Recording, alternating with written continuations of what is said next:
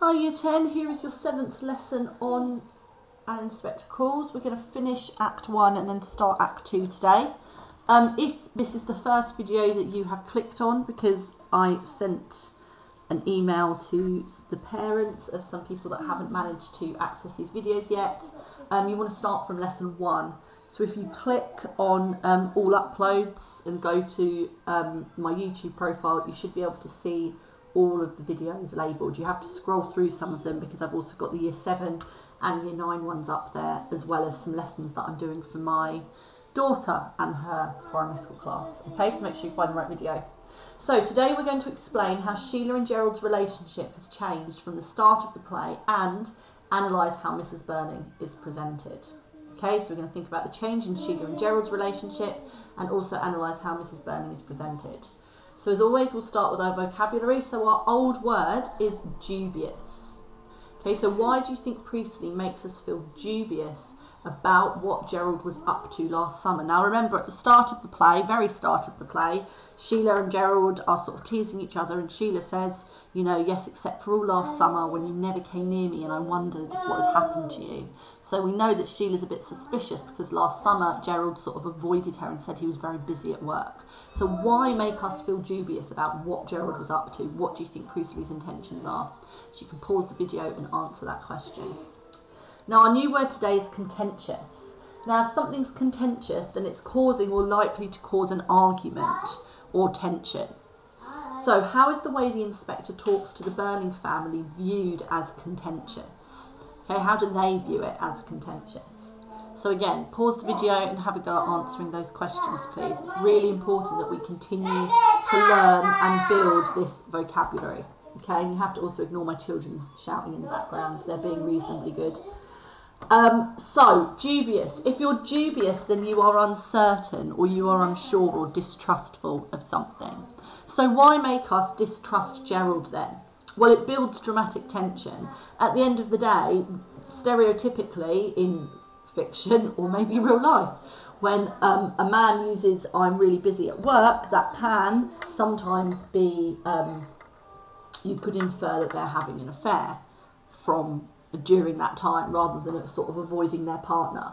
So Priestley's creating dramatic tension, and we know, you know, particularly in the bits that we've read so far, that Inspector Gould has inferred that all of the characters are involved in Eva Smith's death somehow. So Priestley's wanting us, you know, he's giving us these clues. He's wanting us to try and, you know, try and fit them together. So if Gerald was involved in Eva Smith's life somehow, was that where he was last summer? You know, we're supposed to make these connections. Because at the end of the day, it is part of the detective genre. Okay, we are meant to be the detective as well. So the way the inspector talks to the Birling family is viewed as contentious because he has a lower status than them. He's just an ordinary lower middle class policeman. Mr Birling is someone who has a high status because of his class, his upper middle class, but also he knows the inspector's boss, he was Lord Mayor, you know, an alderman, etc. He's a very powerful figure in public in Brumley. So Mr Birling is not happy about the way the inspector is speaking to him as if he was just a common criminal. Okay, and we see the same with Mrs Birling when she enters in a minute. So we're going to read a little bit more of the play again today. So we've got, the inspector had just said, so remember Sheila had been questioned.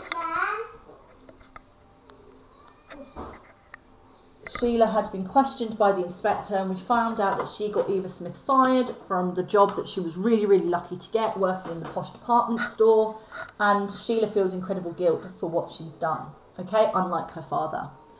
So the inspector says now she had to try something else, so first she changed her name to Daisy Renton. Now this is really important because Eva Smith is not just Eva Smith, she's also called Daisy Renton, okay, and Gerald is startled and says, "What? Way to give yourself away, Gerald." So clearly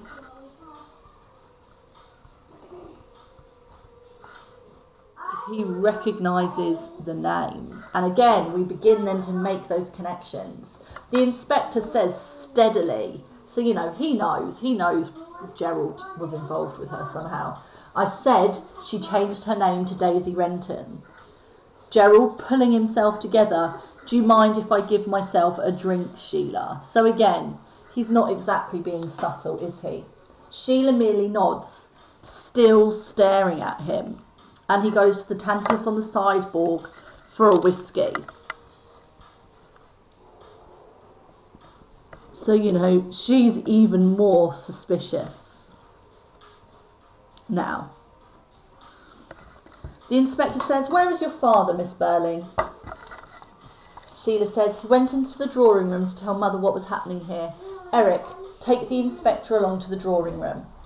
As Eric moves, the inspector looks from Sheila to Gerald and then goes out with Eric. So conveniently, Sheila and Gerald are left on the stage by themselves now. And Sheila says, well, Gerald? Gerald trying to smile. Well, what, Sheila? So he's trying to hide it. He doesn't want to be honest. You know, even now he thinks he can hide it. Sheila says, how did you come to know this girl, Eva Smith? Gerald says, I didn't. Sheila says, Daisy Renton then, it's the same thing. Gerald says, why should I have known her? So again, he's still being deceptive. You know, either he thinks so little of Sheila's intelligence that he thinks she hasn't picked up on what's going on, or he simply doesn't want her to have this low opinion of him. Sheila says, oh, don't be stupid, we haven't much time. You gave yourself away as soon as he mentioned her other name. So she's like, you know, don't try and patronise me. Gerald says, all right, I knew her. Let's leave it at that. Sheila says, we can't leave it at that. You know, Sheila's being very assertive. And again, considering, you know, a woman of lower status than Gerald, who, you know, she's supposed to be grateful that he's marrying her, we see a real strength in Sheila here, that she's prepared to challenge him. Gerald approaching her, now listen, darling. So, you know, he's trying to butter her up, basically.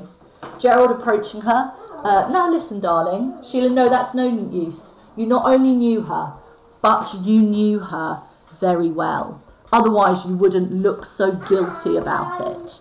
When did you first get to know her? He does not reply.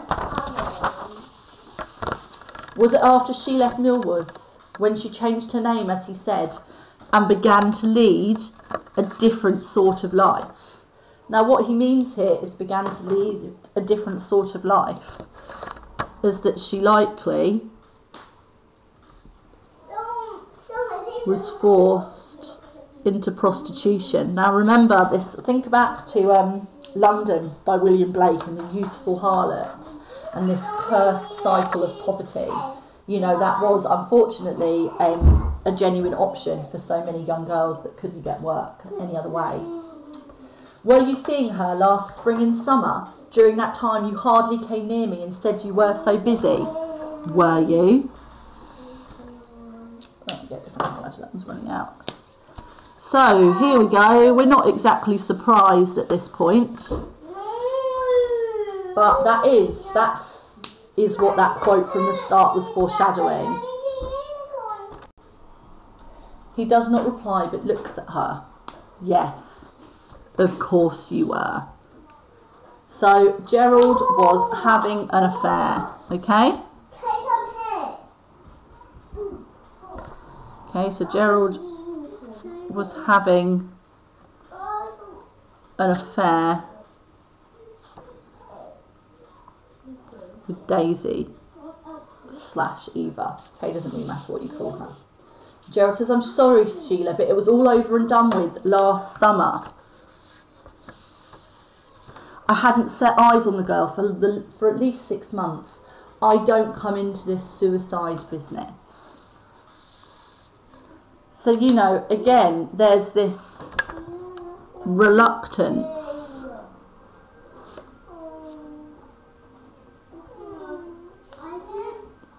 Oh, can't spell this morning. To accept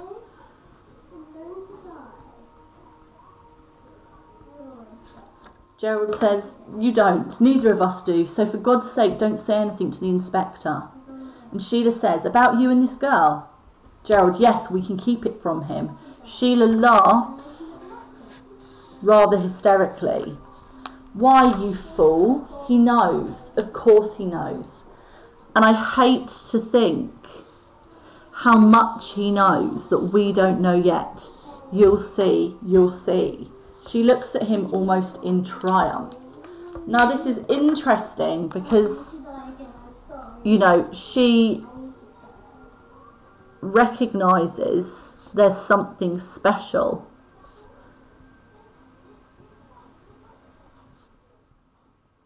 about the inspector.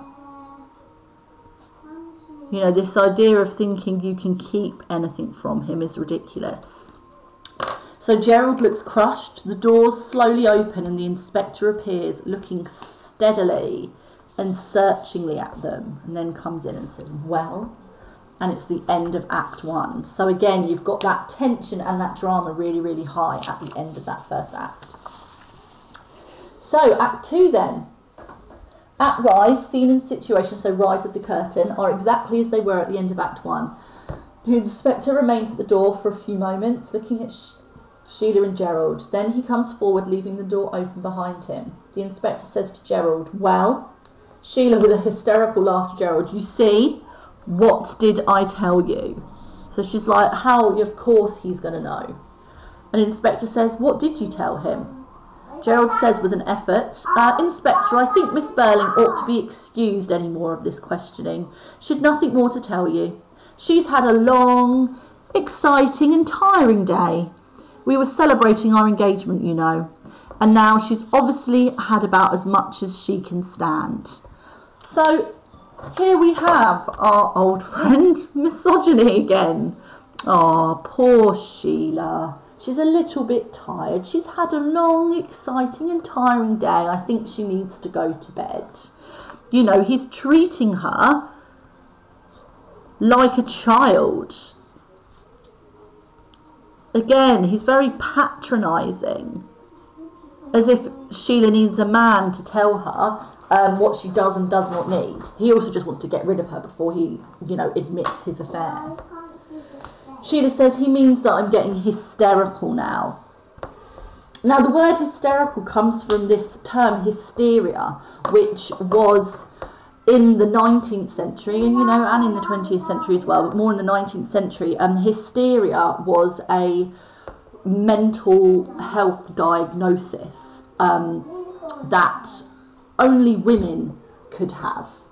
Okay, so this idea of that women were only capable of having hysteria, you know, and hysteria is basically when a woman is over emotional and can't control themselves.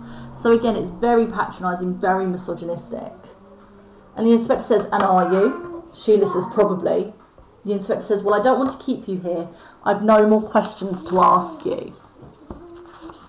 And Sheila says, no, but you haven't finished asking questions, have you? The inspector says, no. Sheila says to Gerald, you see, then I'm staying.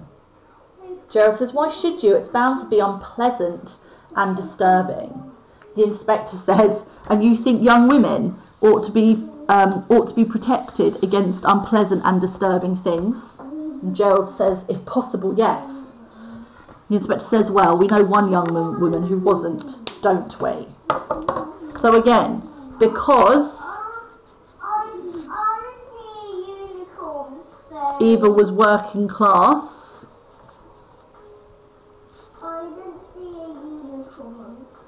no one cared about her. You know, they care about Sheila's mental well-being, but no one cared about Eva's because she was poor. You know, she was working class and therefore doesn't matter. Gerald says, I suppose I asked for that. And Sheila says, be careful you don't ask for more, Gerald. And Gerald says, I only meant to say, why stay when you'll hate it? Sheila says, it can't be any worse for me than it has been, and it might be better. Gerald bitterly says, I see. So the fact that Gerald says bitterly, I see, you know, he basically thinks Sheila just wants to hear someone else go through it with the inspector, so he obviously doesn't have a very high opinion of her. Sheila says, what do you see?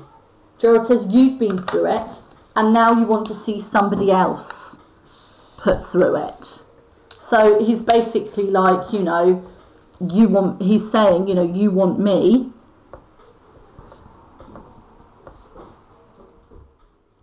to feel as bad as you do. Now that's not a very nice assumption to make about someone. So now Sheila's the bitter one, I see. So that's what you think I'm like.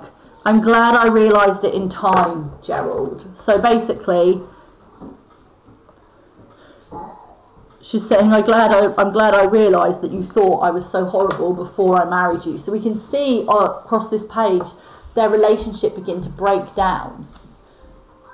And Gerald says, no, I didn't mean. And Sheila says, yes, you did. And if you really loved me, you couldn't have said that. Yes. So it's this idea that really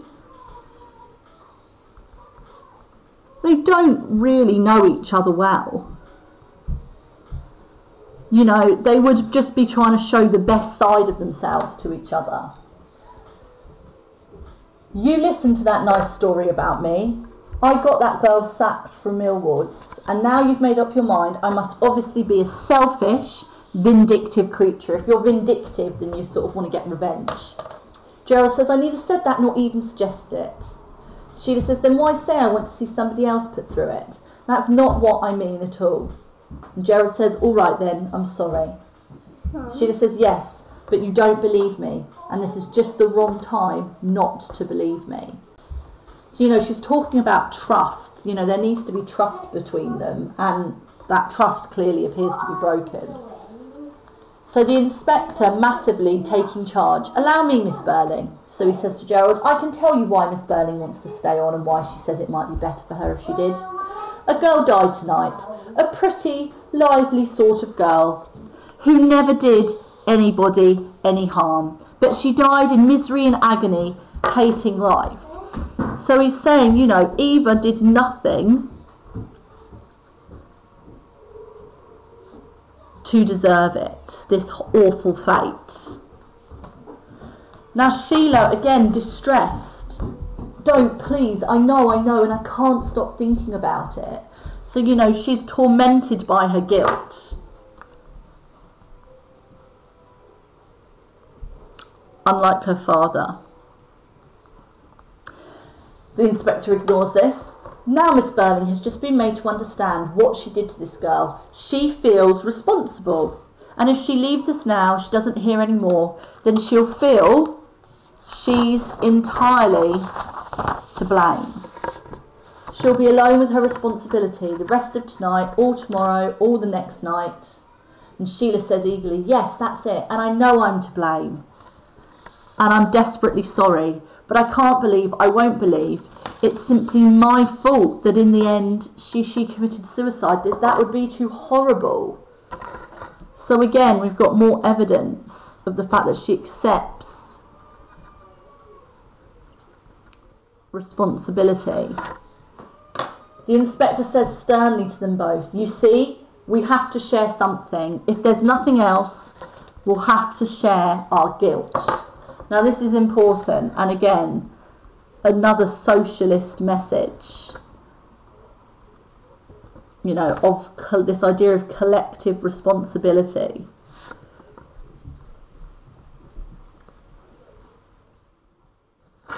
Sheila stares at him and says, yes, that's true. You know, she goes close to him wonderingly.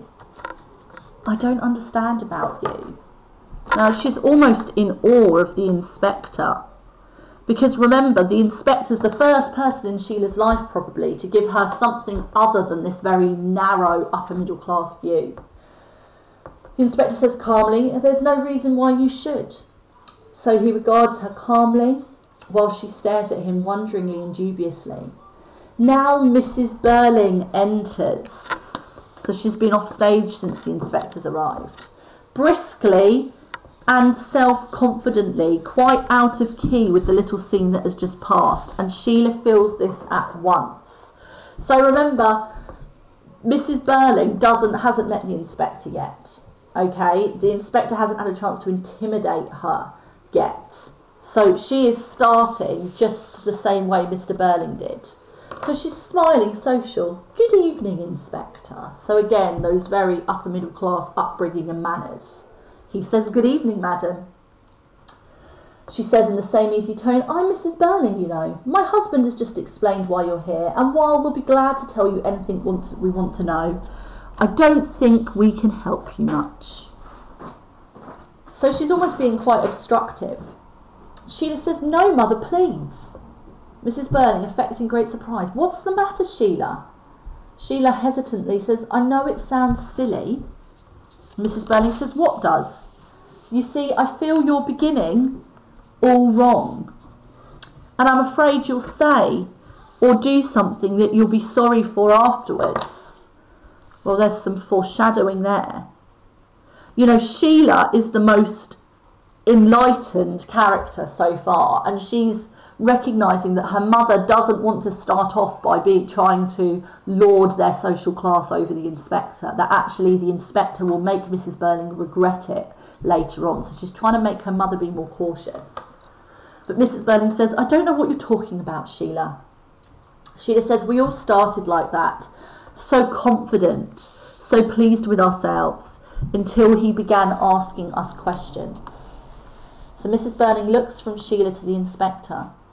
You seem to have made a great impression upon this child, Inspector. So again, patronising Sheila, viewing her as a child. The inspector says coolly, we often do want the young ones. They're more impressionable. Now this is really important because Priestley aims this play at the younger generation because he knows they are more impressionable. They are more likely to be converted to socialism than their parents. He and Mrs Birling look at each other for a moment. Then Mrs Birling turns to Sheila again. You're looking tired, dear. I think you ought to go to bed and forget about this absurd business. You'll feel better in the morning. So yet again, treating Sheila like a child.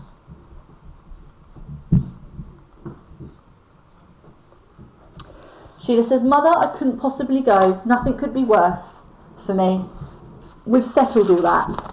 I'm staying. I'm staying here until I know why that girl killed herself. Mrs Birling says, nothing but morbid curiosity. Sheila says, no, it isn't. Mrs Birling says, please don't contradict me like that. So again, like you'd speak to a child.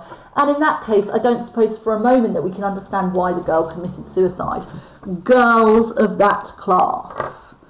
So, you know, she's a snob. She looks down on the lower classes. Who could imagine why a girl like that does anything? Sheila says urgently, you know, cutting in, Mother, don't, for your sake as well as ours, you mustn't. So again, Sheila recognises that this isn't going to go down very well with the inspector. Mrs Birling's annoyed now. Mustn't what? Really, Sheila? So Sheila's more careful now. You mustn't try to build up a kind of wall between us and that girl. If you do, then the inspector will just break it down and it will be all the worse when he does. So again, it's this idea of almost equality. Don't try and act like you are better than this girl. Don't try and build up a wall with her on one side and you on the other, because actually the inspector will break it down. And of course what this is symbolising here is symbolising Priestley's intentions. You know, he wants to break down social barriers. That is one of his aims. Okay, he wants to break down social barriers. The inspector says yes, and she's right. So Mrs Birling haughtily, I beg your pardon. So she's starting to get a little bit insulted now. The inspector says very plainly, I said yes, I do understand her, and she's right. So Mrs Birling says that, I consider, is a trifle impertinent, Inspector. Now, impertinent means rude. So again, she's not liking the way the inspector's talking to her. Sheila gives a short, hysterical laugh. Now what, Sheila? I don't know, perhaps it's because impertinent is such a silly word. Mrs Birling says, in any case. But Sheila says, but mother, please stop before it's too late. If you mean that the inspector will take offence, the inspector cuts in calmly, no, no, I never take offence. Mrs Birling says, I'm glad to hear it, though I must add that it seems to me that we have more reason for taking offence. So Mrs Birling doesn't like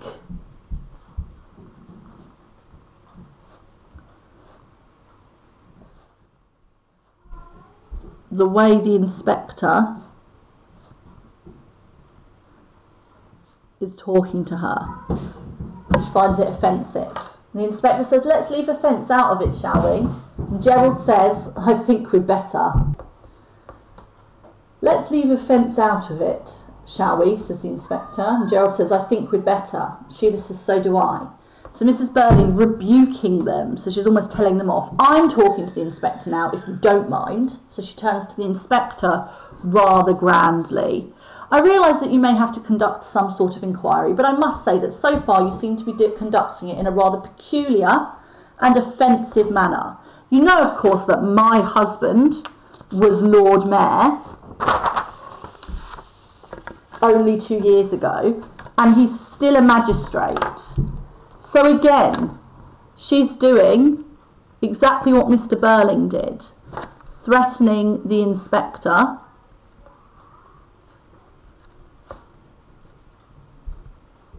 with Mr Birling's status, as if it's going to intimidate him. But Gerald's now the one that goes, Mrs Birling, the inspector knows all that, and I don't think it's a very good idea to remind him. So even Gerald has sort of realised what the inspector's about here. Sheila cuts in and says, it's crazy, stop it, please, mother. The inspector says, yes. Now what about Mr Birling? Mrs Birling says, he's coming back in a moment, he's just talking to my son Eric, who seems to be in an excitable, silly mood. So again, very patronising. The inspector says, what's the matter with him?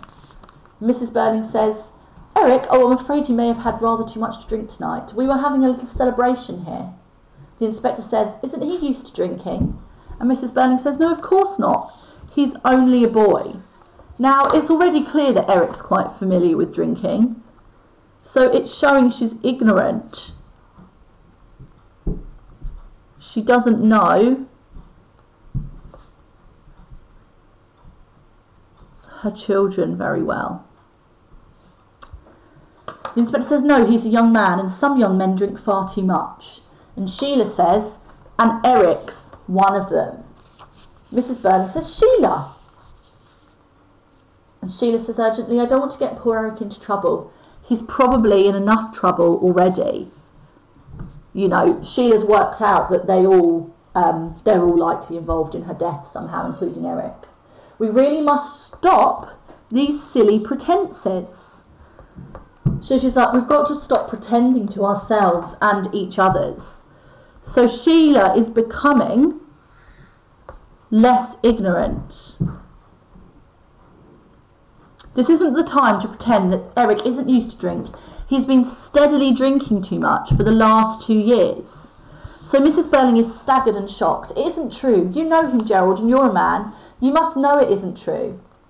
The inspector says as Gerald hesitates, well, Mr Croft? Gerald apologetically to Mrs Birling, I'm afraid it is, you know. Actually, I've never seen much of him outside this house, but I have gathered that he does drink pretty hard. So Mrs Birling says bitterly, and this is the time you choose to tell me. So she's obviously not happy about this coming out while the inspector's here. Sheila says, yes, of course it is. That's what I meant when I talked about building up a wall that's sure to be knocked flat. It makes it all harder to bear. Mrs Birling says, yes, but it's you here and not the inspector here who's doing it. So it's almost as if she's implying here Sheila is on the inspector's side. Now, Sheila's not against her family, but she is trying to urge her family to cooperate. Sheila says, yes, but don't you see, he hasn't started on you yet. Mrs Birling says, after a pause, recovering herself, if necessary, I should be glad to answer any questions the inspector wishes to ask me, though naturally, I don't know anything about this girl. And the inspector says, we'll see, Mrs Birling. Okay, and we're going to stop there. So, 2 tasks then that I would like you to do. Okay, and again, I'd like you to email me, and thank you so much. I'm getting, every day I'm getting more and more people beginning to email me things. I know it gets a little while to sort of get used to this way of working, but I hope that you are finding these videos helpful. So I'd like you to explain how your impression of Sheila and Gerald's relationship has changed from the start of the play. So how was their relationship presented at the start? How has it been presented in the pages that we've annotated today? And what is responsible for that change? And then I'd like you to pick one short quotation and write me a mini PE on how Mrs Birling is presented in the section you've read today. Okay, so it could be girls of that class. What is that revealing about Mrs Birling? Okay? And again, as always, try and link it to Priestley's intentions.